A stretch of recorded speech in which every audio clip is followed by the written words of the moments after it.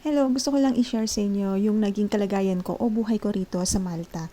3 years na ako dito sa Malta at ang unang naging trabaho ko ay factory worker. Masaya naman, nag-enjoy naman din ako, marami akong natutunan. Kaya lang, syempre, sa may kagayang may edad na 43 years old, hindi na siya ganun kadali para sa akin dahil naranasan ko yung 3 shift, 1 week morning, afternoon, 1 week afternoon, another week night shift. Para sa iba, syempre, okay lang yun. No? Kasi nga may mga additional incentive and benefits.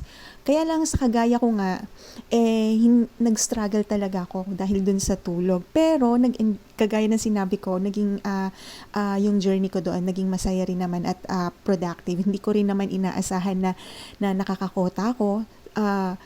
Tapos, natututunan ko rin naman ang maraming bagay, mga rules and policies sa isang factory, lalo na medyo challenging sa akin na ang mga supervisor ko or ang mga team leader ko mas bata sa akin.